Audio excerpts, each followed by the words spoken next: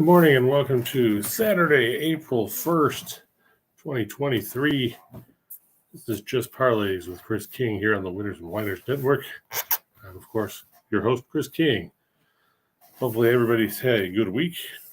Baseball season started Thursday.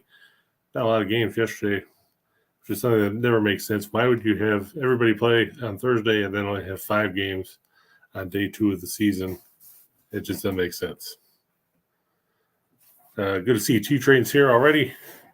Talking about the UConn-Miami game in the Final Four. Of course, that's the 8:49 start of the contest. The Florida Atlantic-San Diego State game at 6:09. And hey, give credit to the Florida Atlantic Owls. Nobody expected them necessarily to be here.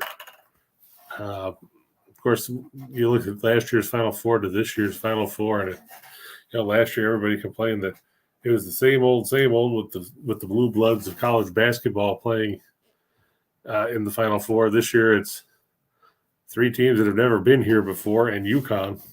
And people are like, well, this is going to be boring because we don't know who any of these teams are. It's like, make up your damn mind. Either you want to see new teams or you want to see the status quo. But either way, you can't complain about it if, you get what you want to change, and then all of a sudden you're like, well, yeah, we want to change, but we just want to see other teams from power conferences. It's ridiculous. Just taking a look at some of the stuff that we saw happen the last couple of days. The transfer portal continues to be alive and well in college basketball. Hunter Dickinson, the latest player to enter the portal of note, as he's going to leave Michigan. Apparently, there might be an exodus of talent out of Ann Arbor. Dickinson, he's averaged 19 and 9 last year for the Wolverines. He's going to be a grad transfer. He's going to graduate in the summer, even though he's only a junior. Grady Dick from Kansas declared for the draft after a whole season. No worries, he's ran. I don't blame you for getting the UConn thing out of the way. I know, being your alma mater, you're definitely pulling for the Huskies. I think it's going to be an interesting game. I know that Hawkins was under the weather yesterday. They say he's hopefully going to play. I hope he plays. He's had a good tournament. The thing with Miami is, while you're right, they shoot a lot of threes. They don't have the size really to contend with UConn. Omeyer is 6'7", and they try playing him as a center most of the time, which is, if you can get away with it, that's great. But you're talking about a UConn team with Sanogo and who's probably, your best, one of the better interior players in the country. But then you've got the name's escaping me here. So give me Caravan, who's shooting 41% from 3. He's 6'8". Samson Johnson is 6'10". You got a lot of size in there. That will make things difficult. Klingon is 7'2". If UConn doesn't dominate the glass, I would be very surprised. Don't take anything. I'm not taking anything away from Larinaga and what he's done with Miami. They're a team that likes to push the tempo. We saw them punch Houston in the mouth. But you look at their up and down their lineup, and their 2 biggest guys that see any kind of minutes are 6'9". That's Anthony Walker, and AJ Casey plays 6.5 minutes a game and averages a point, so I don't count him. And I'm not going to talk about Favor Ayer, who's 6'11", but barely played. Miami's quick. They like to run the guards with Pack and Poplar and Jordan Miller. But let's face it, I don't think Jordan Miller is going to go through the game against UConn and not miss a shot. Like we saw last week against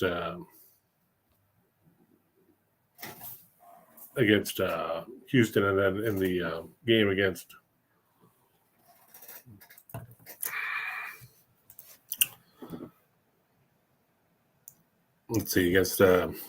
Texas, where they were down big and then had a rally in the second half.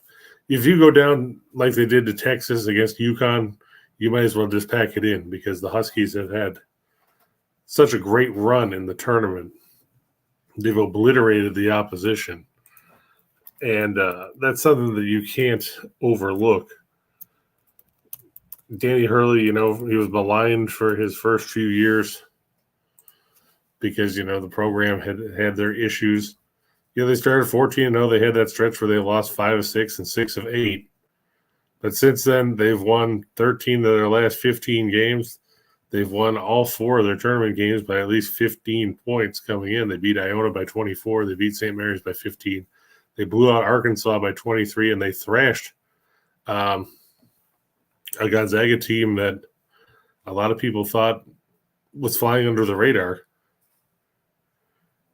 And, they beat them by 28, and the game probably wasn't even that close when you get right down to it. The thing with Miami likes to run. Miami likes to pile up points. They struggled against Drake offensively and needed a 16-1 run late to win there. But they've scored at least 85 points in their last 3 tournament games against Indiana, Houston, and Texas.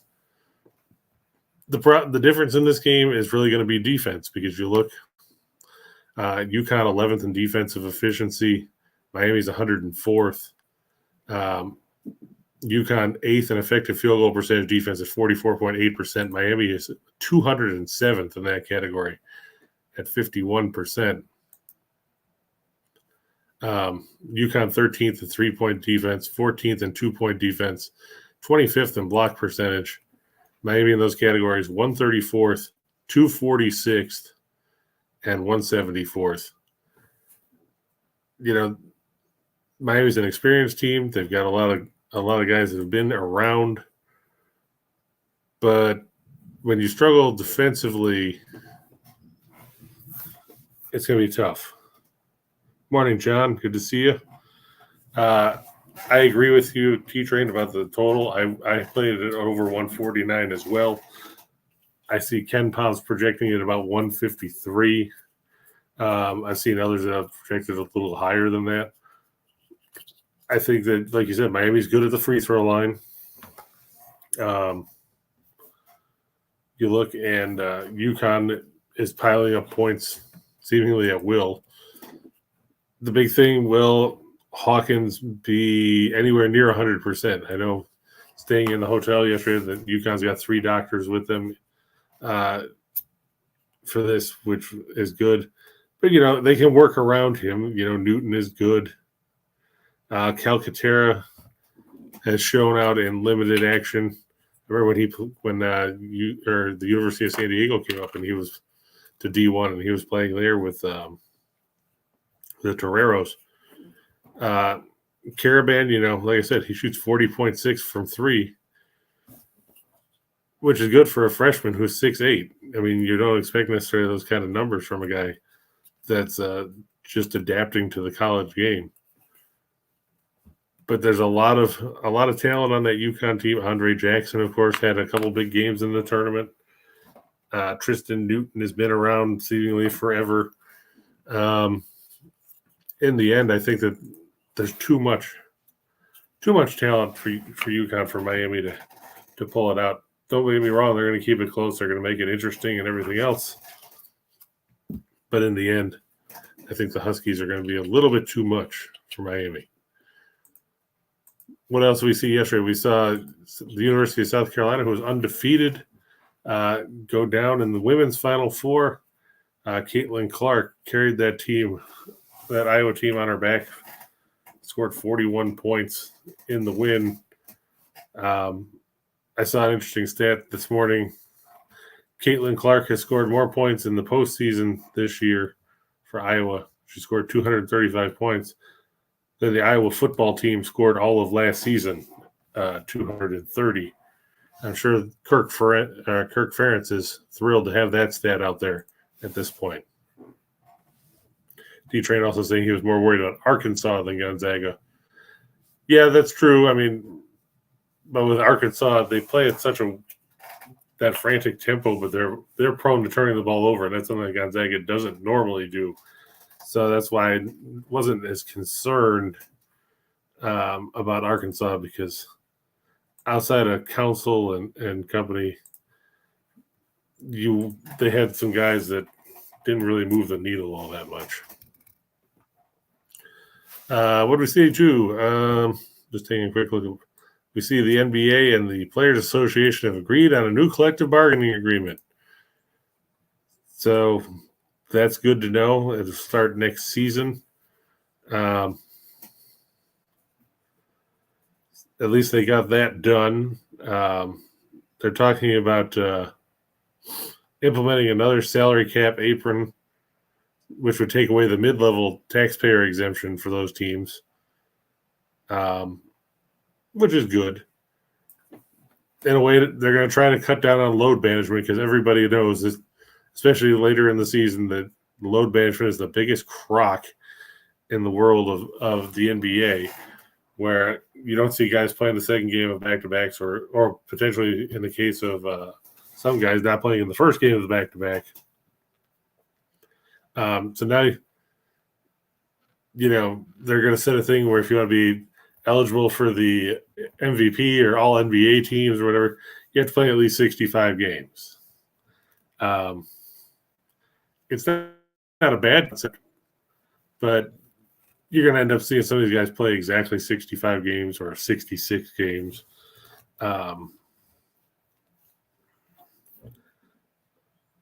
I don't know how it's going to work. I mean, but load management, it's a load of crap when you get right down to it. Barkley said it best when he's like, you're taking a jet everywhere. If you can't play basketball when you're getting paid millions of dollars, you're in the wrong business. And that's basically what it is. We've seen a lot of games where guys are scratched in the final, the final couple hours. It screws up betting lines. What do we see the other day? I know on Wednesday night, Denver was favored by 9, and then all of a sudden it came out that Jokic wasn't going to play. We watched the line go all the way down to, I think it was 1.5. Denver lost the game outright. Looked rather listless in it. But how many times have you gone? And I know you, T-Train, I know you hate the NBA when it comes to betting. Rye, I don't know how much you're a fan of betting on the association, or if you stay away from it too. But how many times have you gone and you've placed a wager either the night before or the morning of a game, and then found out that player X isn't going to play? So the line suddenly goes from, let's say, Phoenix is playing Golden State, and the line was Golden State by 3, and then all of a sudden you find out that Curry's not going to play, and Thompson is out, and Jordan Poole has a hangnail, and Draymond Green had a temper tantrum, so he's not going to play. And then all of a sudden the line is Phoenix by 6. Too many people go out there and put a wager out on a team, and then see that half their guys that they're expecting to take the floor don't. We saw it happen with Irving when he was still in Brooklyn in a game against the Spurs, where all of a sudden, like an hour before the game, he had a sore thigh muscle and couldn't play. So hopefully maybe they'll find a way to curb this. We'll see. But obviously it's an annoyance from a betting perspective, because when you place a wager and you look at the injury report and you see that nobody's on it, or nobody of note is on it, and then all of a sudden later on, well, we decide we're going to not play half our team.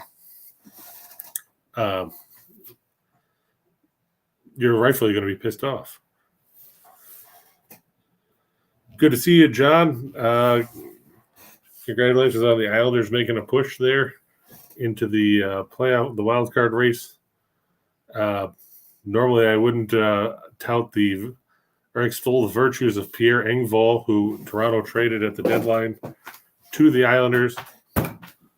But, he seemed to clicked with the Islanders over there, and has added some scoring punch between him and Bo Horvat. The Islanders looking better offensively. T-Train said the NBA rips their fans off.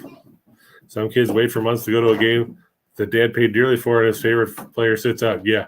I think if they're going to do something with load management like that, you should make it where you sit out a home game because, you look at these teams, in the NBA, interconference games only happen twice a year. So if you're a fan, if you live in,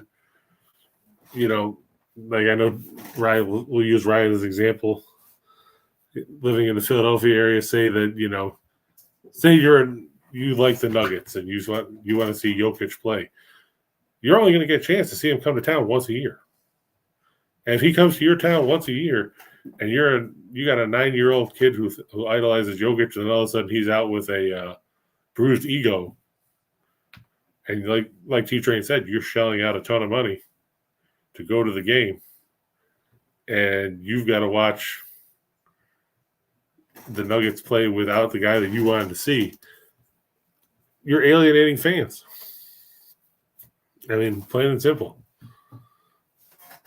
Barzal will be a good boost for the Islanders too. He's such a critical part of stirring the drink that is the Islanders in the offensive end. And I mean, you've got a good goaltending tandem there with Varlamov and Sorokin. Sorokin, would probably be a Vezina contender if the Islanders were more consistent offensively because he's stolen some games for them this season. And that was a trend we saw in the NHL all week long. Goaltenders, flat out stealing games. We saw Alex Leon do it for Florida against Toronto earlier in the week, where the Panthers were badly outplayed. We saw Stuart Skinner make 43 saves to earn a shutout win over the Kings earlier this week. So all of a sudden, goaltenders actually doing something to instead of getting lit up. We've seen a lot of bad games offensively with some high-scoring games. And, yesterday we saw Devin Levy in his NHL debut beat the Rangers 3-2 in overtime. The Sabres pulled that game out. So kudos to him. A little bit too late probably for the Sabres. They probably would have been a playoff team had they had anything remotely close to even league average goaltending. I know when you sit and you look at the standings and you're like, well, they're only 5 points back and they've got a game in hand. Yeah, but they've blown opportunities lately too. You look and, they lost to Montreal in a shootout the other day. They had that stretch where they lost to the Capitals, then they lost to Philadelphia, then they were blown out by Boston, then they were blown out by Nashville. And you look back before that 4-game stretch, they had a stretch where they lost 3-2 to Edmonton, 3-2 to the Islanders, 2-1 to the Rangers, and then they had that game where they got bombed 10-4 by Dallas in a game that wasn't even that close. They give up a ton of goals, and that's the reason why they're staring at another missed opportunity as far as the playoffs go. Could they get there? Sure. I mean, like I said, they're 5 points back at Pittsburgh. They got 8 games left. It's not likely. The one good thing you can say is they've still got several road games left. They're much better on the road than they are at home. 15, 20, and 4 on home ice, 21, 11, and 3 on the road. But, that's not necessarily what you want, the kind of record you want to have when you're winding down the season. Yeah, Buffalo has the second fewest home wins in the Eastern Conference. The only team with less is Columbus, and Columbus has been eliminated from playoff contention since probably Thanksgiving. Yeah, T-Train says Flaherty has been Flaherty was terrible last year.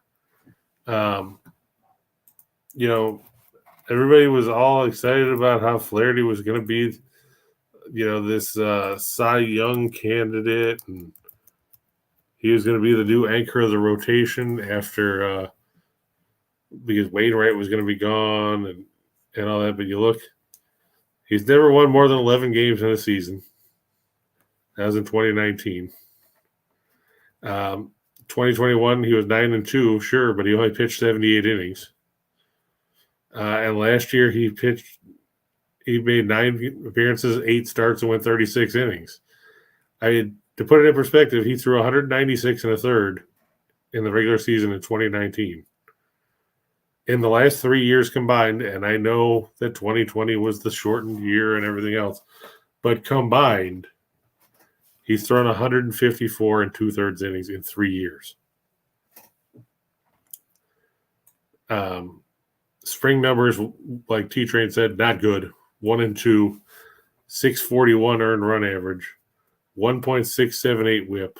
He walked 7. He struck out 15. He gave up 26 hits when he faced 90 batters. He hit 4 guys. They're not pretty numbers. I mean, and we've seen this happen with pitchers before. Remember a few years ago, everybody was high on Alex Reyes, was going to be the big guy too for St. Louis. He was going to be the savior for the Cardinals, and he had what? He was good in 2021. He had 29 saves, had 18 decisions as a reliever, which is weird. And he didn't pitch last year, and he barely pitched in the 3 years before that. So I mean, the Cardinals have issues with keeping pitchers. And T-Train and Rye on opposite sides of the coin with that game. Rye going with the Cards, T-Train going with the Blue Jays.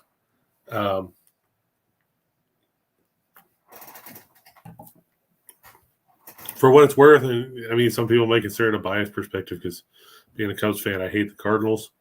I think T-Train's right. The Cardinals don't have the kind of pitching depth that you're used to seeing from that team in recent years.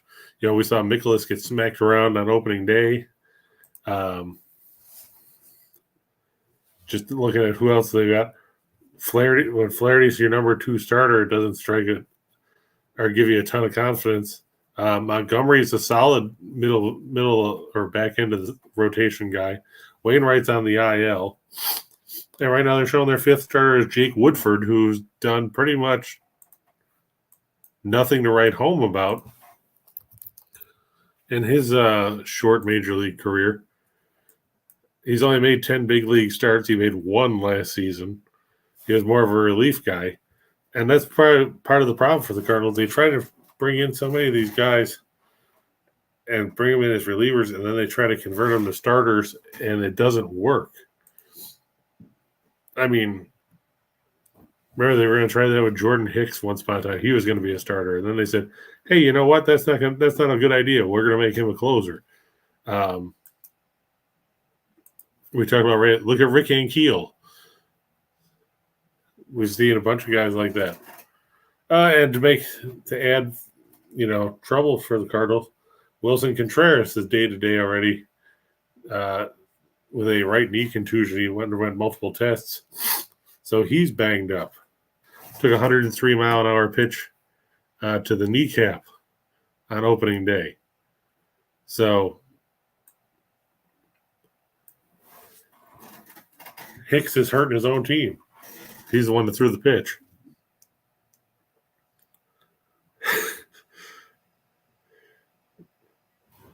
Well, Rye, I hope you're not basing your system on the first 2 days of the season. But I don't have a ton of faith in the Cardinals. Like I said, some of that is just because of the fact that I don't like St. Louis. I've never liked St. Louis. I didn't like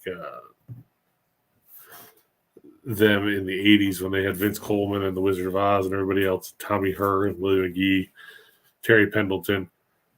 Don't like them now. Won't like them 10 years from now. Won't like them 15 years from now or whatever. It's just one of those things. Before we get into the good part of the show here, just want to make sure to remind everybody to hit the like and subscribe button so you don't miss when the show's on. In case you don't know, it's on at 9 o'clock Eastern on Saturdays.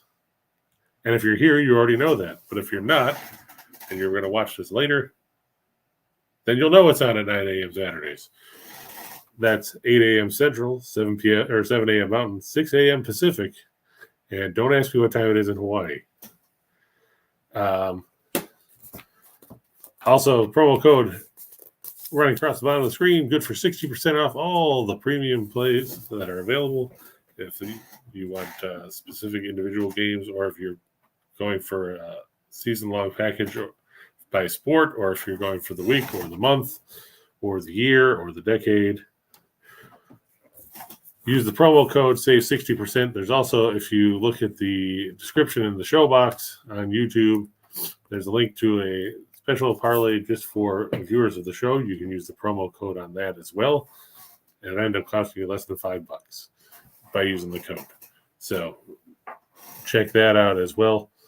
Make sure you always check out the free videos that everybody puts out. Mason and Dave Delano, and I know Loud's been doing some lately with the XFL and all that good stuff. Reichel, of course, always putting out good quality videos. So make sure you check those out too. T-Train saying, bold prediction, the Cubs finish ahead of the Cardinals. I have no problem with that. The big question will be, well, there's a couple, really. Can Cody Bellinger return to form? Can the Cubs get enough offense? And will the back end of the rotation hold up? You know, Kyle Hendricks still out. He's not back yet. So you're going with Stroman, Steele, Tyone.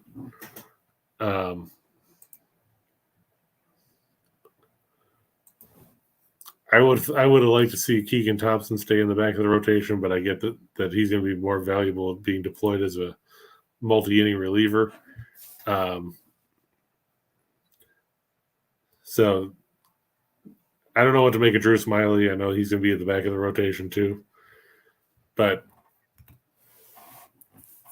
they've got some good pitchers in there. They got guys that'll pitch to contact, and their defense is pretty solid, you know, with especially up the middle with Horner and Swanson, and then, you know, whether you go with Bellinger in center or you go with Happ in center, both of those guys good. They'll be better when Seiya Suzuki's back to play right field. I'm not thrilled about the closer situation. I'm not a big Michael Fulmer fan.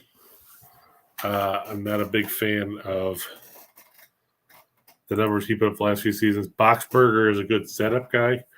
He's an eighth inning guy. I don't know if I would consider him the closer. I wonder if they'll go back to Brandon Hughes as the closer because he had some saves last season once he comes off the IL.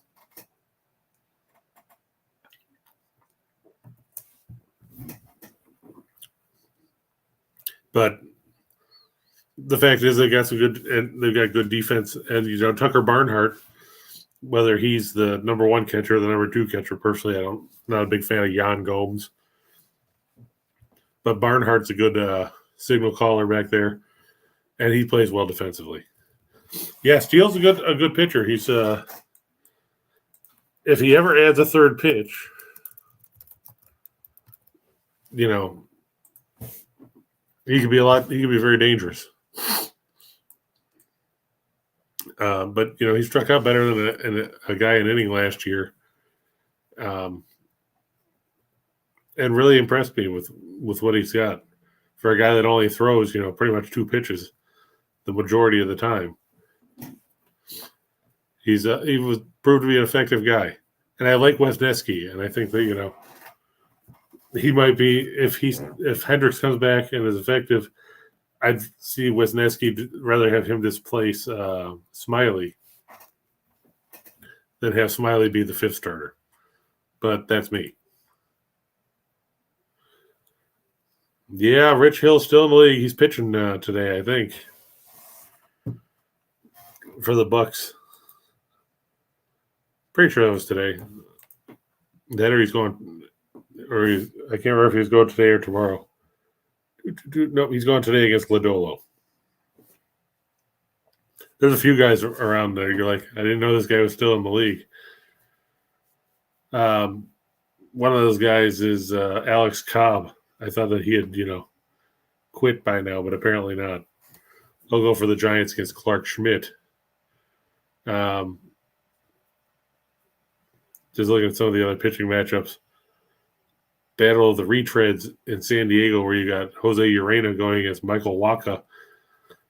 Padres haven't looked right in the first two games of the season. I know that's not a big sample size to go with, but still disappointing for the Padres, who have scored a grand total of 3 runs in 2 games against Colorado.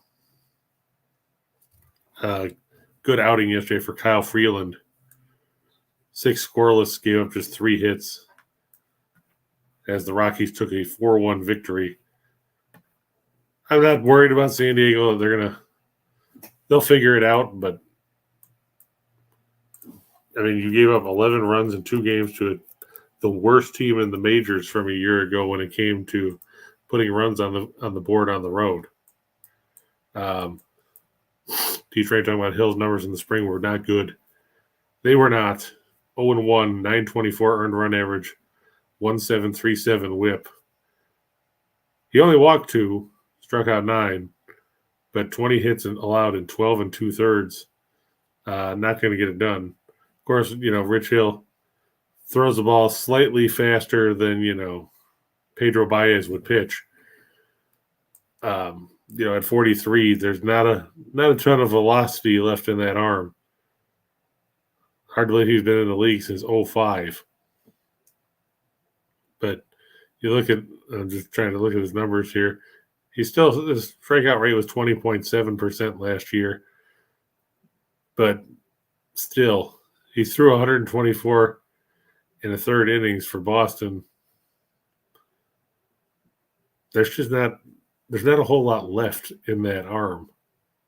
And I mean, I guess you could say there wasn't a whole lot there to begin with.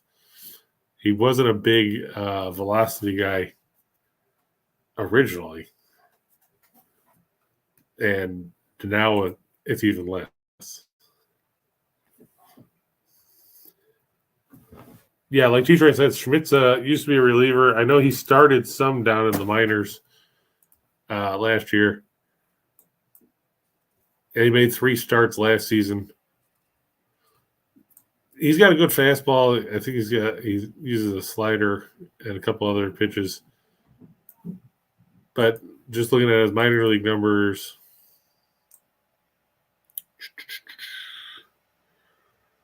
yeah, he made 8 starts with Scranton. 2-1, 327 earned run average.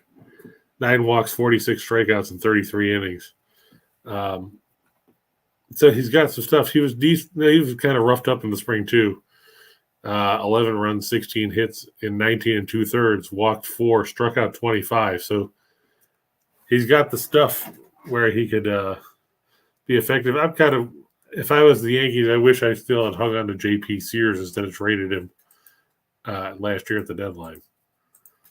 He would have been good.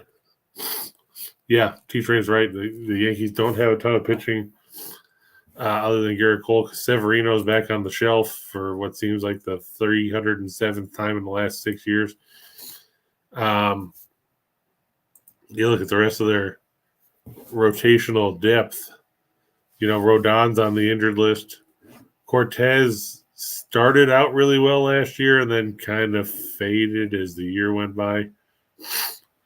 But I mean, I guess the only thing you can say about that is at least they're not the Mets, because the Mets have had all kinds of problems as far as pitching woes, with Verlander on the shelf and Quintana's on the shelf. Peterson wasn't bad yesterday, but the Mets forgot to score any runs. And that was a scary thing, too, because we talked about in the Discord, which if you haven't been in there yet, that's your own fault. You should get in there. I had run across that the Mets had gone over in their last 11 against the left-handed starter. And, of course, what happened, they scored one run and it came in the ninth. And they lost 2-1. So, after we talked about how Alcantara and Scherzer went over the number, anything can happen, that's what happened. Quick line on that, like T-Train said with Lodolo against Hill, depending on the book, that game between 145 and 150. So, yeah, you'd be laying a fairly heavy number. So, with that, we will move on to the fun part of the show, which, of course, means I get to break out the slides. And we'll start with 3 for the money. Why not? I'm actually going to go with the Yankees over the Giants. We saw the Giants put up a grand total of nothing the other day. Schmidt's, like we said, he's got some good stuff. He strikes up ahead of the guy in an inning. And I've got to see something more from this Giants lineup than what we saw on opening day, where they were putrid. And I know some of it is that Garrett Cole pitched in that game. But, I mean, they struck out 16 times.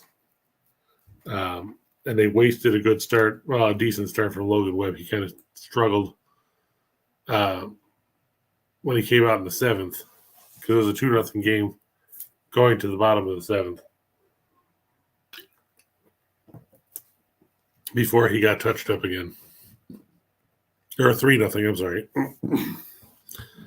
But, you know, you look, and Peralta struck out 2 for the 2 batters. He retired. Marinaccio fanned 3. I mean, 16 strikeouts. You look at this Giants lineup, and who are you worried about? Are you worried about Jock Peterson? Are you worried about Brandon Crawford? Are you worried about Conforto? Not really. I mean, they had 4 hits in that game. 2 of them came from Estrada.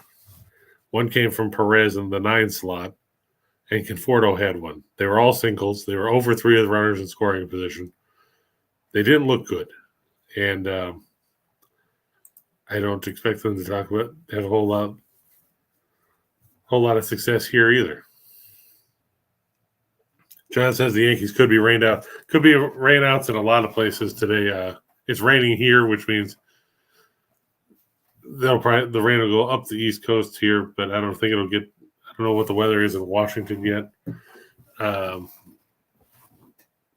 but that could be a factor. I know that they were talking that it was going to be 70 in New York City, and then it was going to be the wind chill was going to be 23. How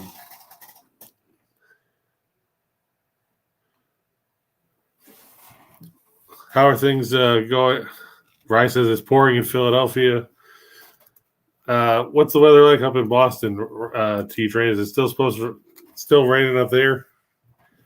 Because I looked at the forecast and they were showing rain right up until about 4 o'clock in that up near Fenway.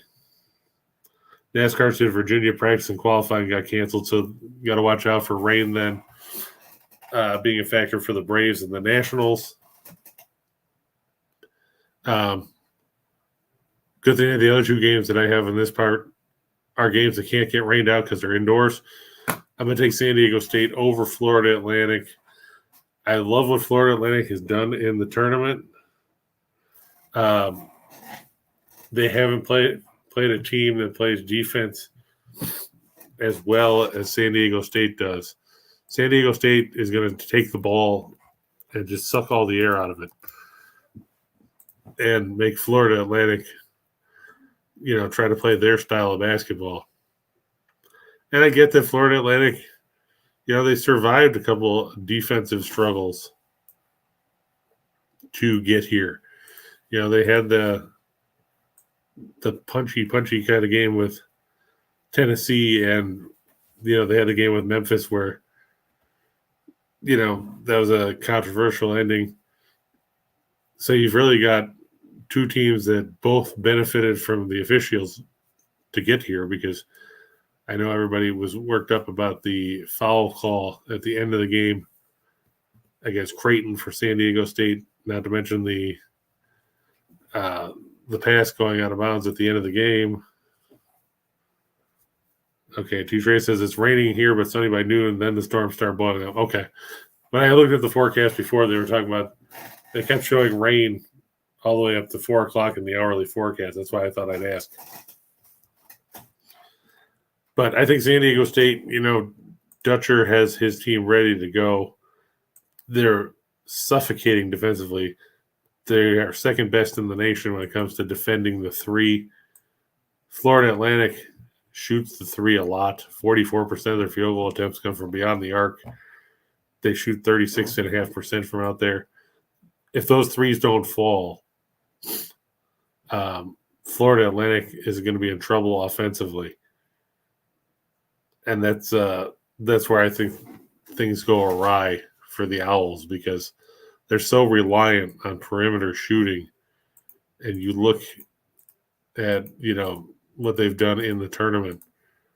They hit 8 of 28 from three in the win over Memphis. They hit 9 of 31 against Fairleigh Dickinson. They shot 8 for 27 against Tennessee. And then they hit 9 of 23 against Kansas State.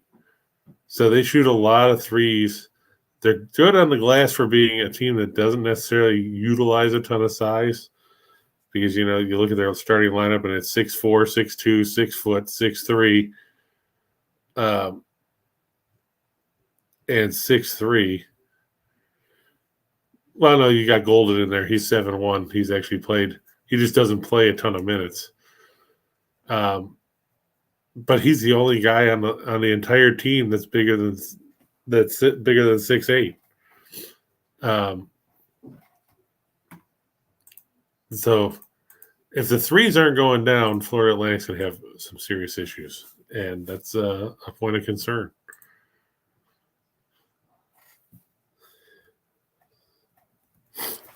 And Nashville over the Blues. The Predators need this win if they want to stay in the playoff chase. Nashville, they hung tough. They beat Boston the other day.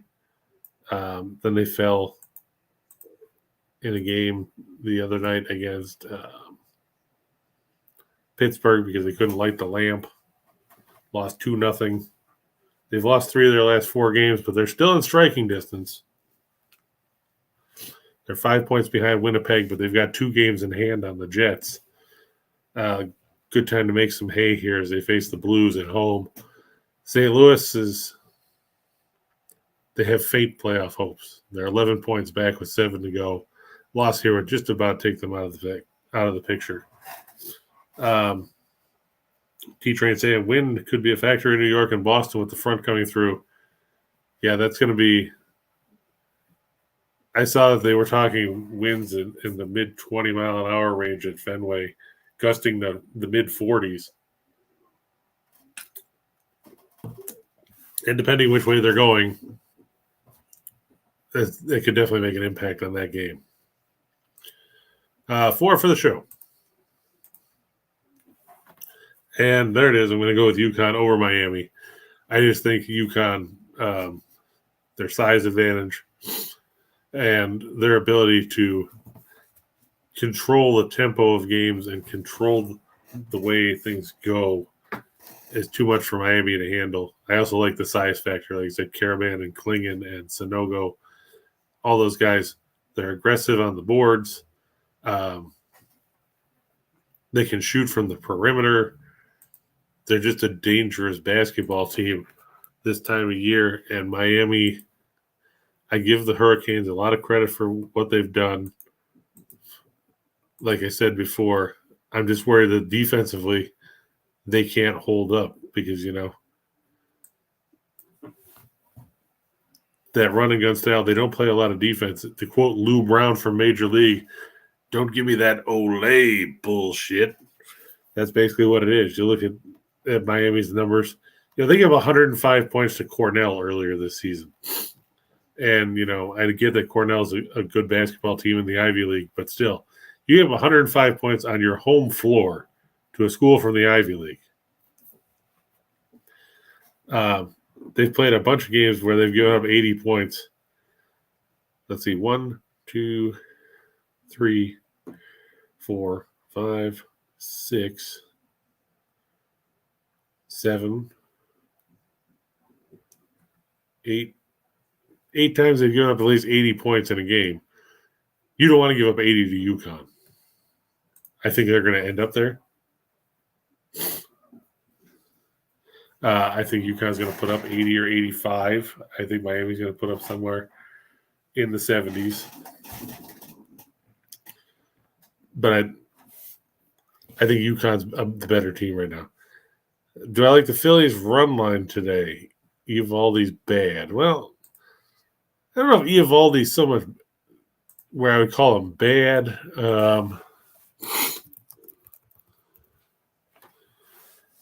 It's going to be an adjustment for him pitching in Texas.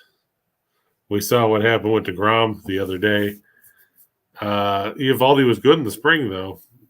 1-0, 235 earned run average, 2 walks, 19 strikeouts in 15 and a third. But Wheeler's a better pitcher than Eovaldi.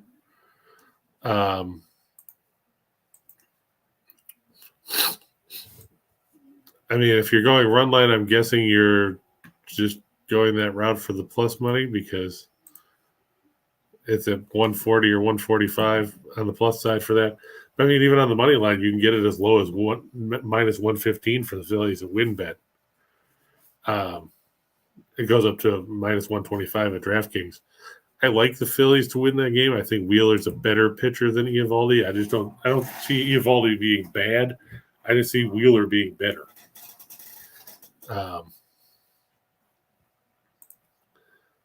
I'm sure Rye has his thoughts about Zach Wheeler, being a Philadelphia fan.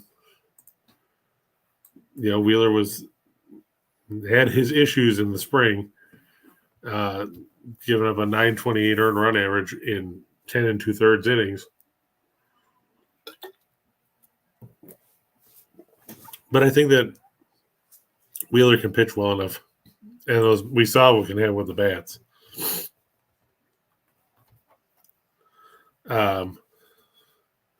The Angels over the A's. I said it in the Discord last night, and I'll say it again.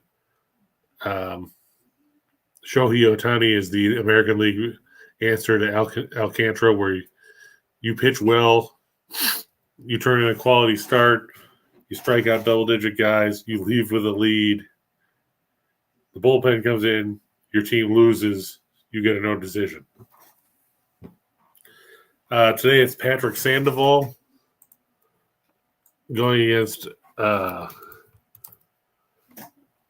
guy who came over from Japan that wasn't as highly touted as Senga and some of the other guys that we've seen lately in Shintaro Fujinami. Sandoval,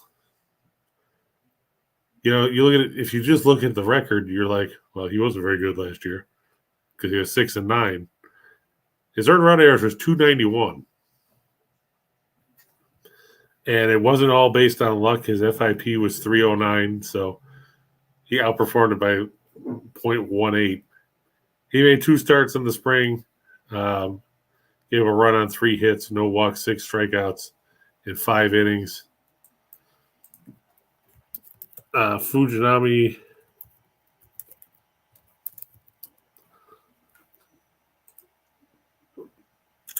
I don't know enough about him other than the fact that he signed a 1-year contract. Just going to look at his numbers here in Japan. In the NPB, he's 57-54 with a 341 earned run average.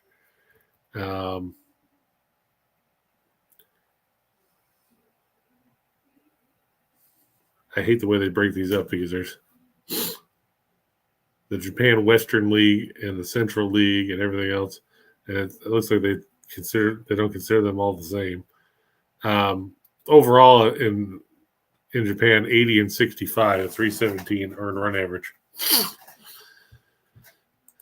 But the A's are still a AAA lineup. I mean, let's face it, they scratched out 2 runs against the Angels bullpen to win that game 2-1. I don't see that happening again here. I think Sandoval handcuffs them. I think the Angels will actually, try and do something with the bats, which would be nice. The Mavs over the Heat. We're talking about 2 basketball teams that are trending in the wrong direction. Miami, it doesn't matter because they play in the Southeast Division, which is terrible. Dallas needs a win because they enter the day half a game behind the Thunder for the final playoff spot in the play-in tournament in the West. Miami, I think, has the 26th ranked net rating since the All-Star break. But, like I said, they're 2 games ahead of the Hawks in the Southeast Division because that division is terrible. They're the only team above 500. Miami is 40 and 37. Atlanta's 38 and 39. Orlando's 33 and 44. Washington is 34 and 43. And Charlotte's nobody cares because they're out of the playoffs. But you look, Miami's lost 3 straight games coming in. They lost to the Knicks. They lost to the Raptors. They lost last week where they were thumped by the Nets in a game where I thought they were going to win. And then they got beat by 29. They already know they're going to be in a playoff spot because that division is terrible. Dallas needs the win. I think they'll steal one here. A's are going to be an under team this season. Yeah, they were an under team last season. I think they were in the top 6 or 7 teams as far as under percentage, which makes sense because they can't score. Look at their friggin' lineup. I mean, look at their lineup from last year. It was just as bad. And they traded away Murphy. I mean, they rolled out a lineup with Langoliers, Jesus Aguilar, Tony Kemp, Almeidas Diaz, Jace Peterson, Seth Brown, Esteri Ruiz, Ramon Laureano, and Connor Capel the other day. None of those guys scare me if I'm an opposing pitcher. You look at their lineup last year. The guys that played the most, here were their averages. Murphy hit 250. He's gone. Seth Brown hit 230. Kemp hit 235. Alexandris, who's gone, hit 237. Machin hit 220. Chad Pinder hit 235, walked 14 times, and struck out 118. Pash, who just got DFA'd earlier in the week, $166. Laureano hit 211, and Jed Lowry was a disaster at DH, hitting $180. The best guy that had any at-bats on that team hit 250. That's it. And he's gone. 250. As a team, they hit 216.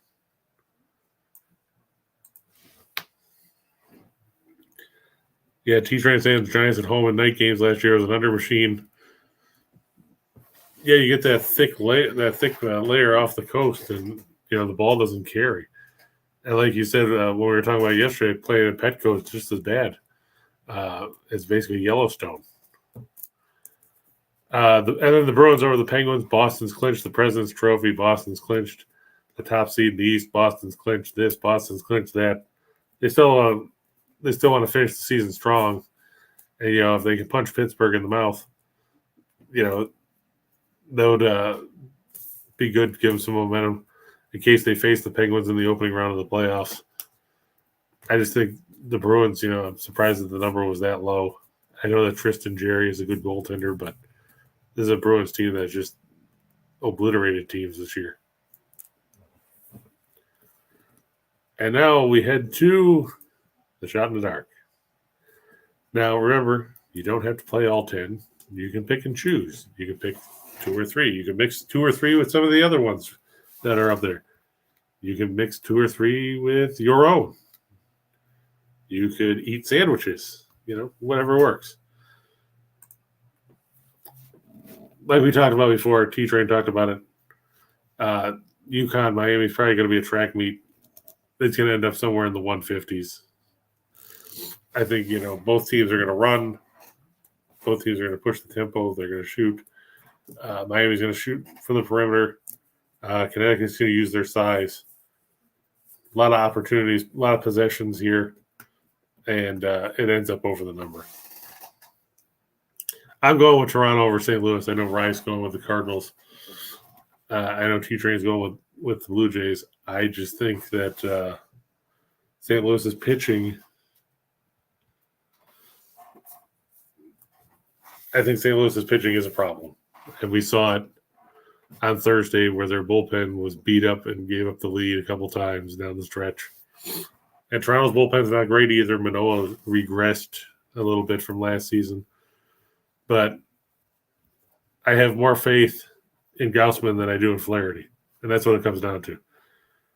Now Ryan's hungry for a breakfast sandwich. Well, McDonald's is open until 10:30, or just go to Wawa. I'm sure they got good breakfast sandwiches at Wawa. Florida Atlantic, San Diego State, under 132. If you look, I know Florida Atlantic, we've talked about how they like to run. We talked about how they like to shoot threes. But if you look at their numbers in the tournament, Florida Atlantic has played 2 games that already went under this number. They had 131 against Memphis, and a total 117 against Tennessee. I think you're going to see somewhere in the mid 120s, maybe 130 in this game. San Diego State has gone under in 12 straight games going into this one. And Florida Atlantic has actually recorded, I think it's 4 unders in their last 6 or 5 unders in their last 7. So they're not intimidated necessarily to play a rock fight. They'd rather not, but they're accustomed to playing in a lower scoring game if need be. And I think that this game ends up falling short of the total. It might not take 65 points to win. And that's something that you have to watch out for. Well, there you go. See, so go to Wawa. The Sabres over the Flyers. We talked about the Sabres winning last night. Flyers have nothing to play for at this point. Well, see, this public service announcement has been brought to you by Wawa, where you can get breakfast sandwiches, smokes, and a whole lot more. Wawa, conveniently located somewhere near you. As we said, the Sabres over the Flyers. Flyers have nothing to play for other than being a pain in the ass. Buffalo's desperate for a win. They won yesterday. Hopefully they don't go and start locating in that, but anything's possible. Either way, I think Buffalo will win that game. Same with the Kraken. The Kraken and the Kings, they're battling for the final playoff spot in the Pacific. The Kings have the advantage. The Kraken own a wild card spot. The Kraken have won all 3 meetings between the teams this season, including the low-scoring meeting in their last matchup back in late November, where the Kraken won the game by a final score of 9-8 in overtime. I look for Seattle to pull out the win at home there. Hopefully, Martin Jones gets to start over Grubauer. Korpisalo is not slated to start. I think they were saying it was going to be Copley for the Kings. We'll see. Astros over the White Sox. We saw the Astros come back and win yesterday. They were down 3-0 after 5.5. Came back to win 6-3. Pitching matchup in that one. Christ, I can't find it. The hell with it. No, it's Giolito and Urquidy. Everybody was high on Giolito a couple years ago when he had that really good season. Just trying to see what that was. Well, I guess it wasn't. Well, yeah, okay. 2019 is 14-9. Last year he finished 11-9, but his ERA was almost 5. So that was bad luck. His FIP was 4.06. I still don't like him here against the Astros. Urquidy,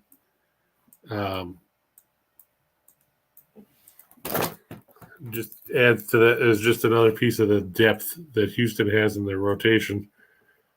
You know, he was okay in the spring, coming off a season when he went 13-8, 394 earned run average.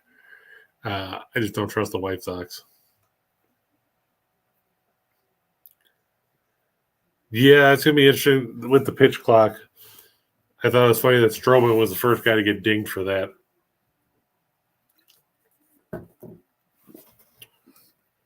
But I still think Urquidy and company are better than the White Sox. XFL, the Brahmas and the Vipers don't look for a ton of points.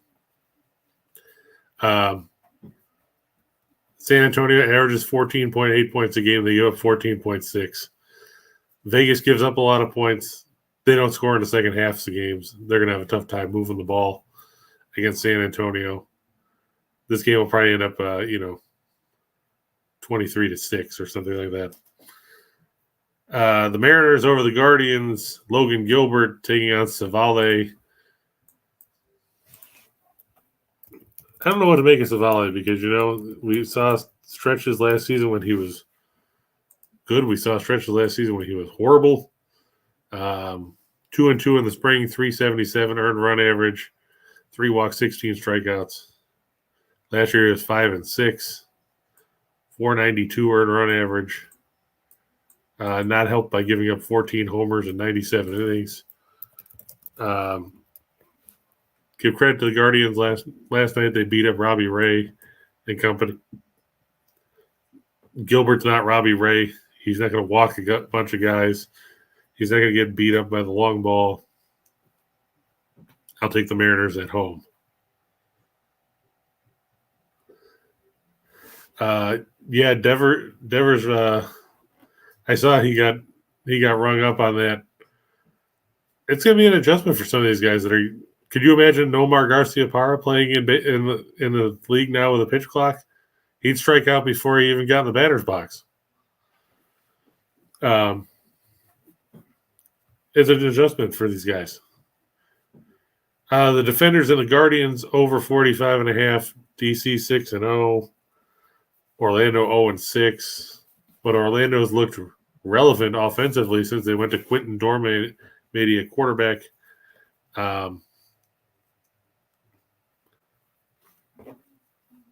The line in this game, I think, is 9.5 or 10, and that seems like a lot. Even with Orlando being 0-6, they've lost their last 3 by one-score games. And that's why I didn't play the line. I went with the total. DC can score. Orlando likes to give up points, and they've actually scored points lately. So look for the over there. And finally, I'm going with the Orioles. I know that Chris Sale is pitching. I just don't know if he's going to throw 3 pitches and have his arm fall off. Because, we talked about guys not pitching much in the last few years when we were talking about Flaherty. And you look, and Sale has had all kinds of issues. He signed that big contract extension before 2019. He threw 147 innings in 2019, went 6-11 with a 440 earned run average. Didn't pitch in 2020. Made 9 starts in 2021, and he made 2 starts last year because he had the rib injury, then he broke his pinky, then he fell off his bike and broke his wrist. He was okay in the spring, 101, 480 earned run average. And I know that Kramer is throwing for Baltimore, and he sucked against Boston in his career. But, Kramer looked relatively competent last year as a starter. 8-7, 323 earned run average, 1.253 whip. And if it gets down to Boston's bullpen, you have to worry, as T-Train so eloquently said yesterday in the Discord, Brazier is brain dead. He gave 3 steals in an inning of relief, and they couldn't throw strikes the entire game. I couldn't find the minus run line on this game for Baltimore because it wasn't up last night, because everybody's slow as crap when it comes to putting things out like that. But I'm guessing it's probably in the low 200 plus 200s, maybe plus 215. I just think Baltimore, they showed a lot of grit last year, finishing above 500. They looked good in the opener. From a hitting perspective, they stole 5 bags. They had 15 hits. They walked 9 times. It was basically just, watching them go around and around and around and around. Okay. Plus 195 at BetMGM is what it is for the run line for the Orioles. But T-Train, the president of the Ryan Brazier fan club, if you call T-Train right now at 1-800-YO-BUBBA to join the Ryan Brazier fan club, you'll get a chance to steal a base on Ryan Brazier at Fenway Park this Tuesday. So call now. But that does it for the show for today. Hopefully everybody's ready for the Final Four. Hard to believe that we've already made it through another college basketball season. It's been a lot of fun. The NBA and the NHL regular season's winding down. But still plenty of baseball. For the first weekend of that. So it won't be long until we have the WNBA and the CFL and all that good stuff. And then soon enough, it'll be time for training camp. And then the National Football League, and the cycle will just start anew, as it does every year. But I want to say thanks to everybody for being here. Like I said, make sure you hit the like button. Subscribe so you know when we're here. Use the promo code. Save yourself some money. Like I said, if you go in the description and the show link, or the show box, it's got a link to a parlay that you can get for watching the show too. But like I said, thanks for being here. Thanks for making it entertaining, even though it's Saturday morning and nobody's awake yet, other than T-Train, because he had to get up at 5:30 to walk Yogi. Hopefully Rye gets his breakfast sandwich at Wawa and it smokes. But wherever you are, thanks for being here. Enjoy the rest of your day. Enjoy the Final Four. Enjoy the title game Monday night. If you want to reach me, my Twitter handle is right there under my picture on the screen. You can do that. Check out the Discord. But whatever you do, have a great day. We'll see you next week. And for those of you that do watch the show, be forewarned. At some point in the future, we'll have T-Train and Captain Bry on the show to talk about what's going on in the world of sports. For the Winners and Winers Network, for Just Parlays with Chris King, I'm Chris King. We'll see you next time. So long.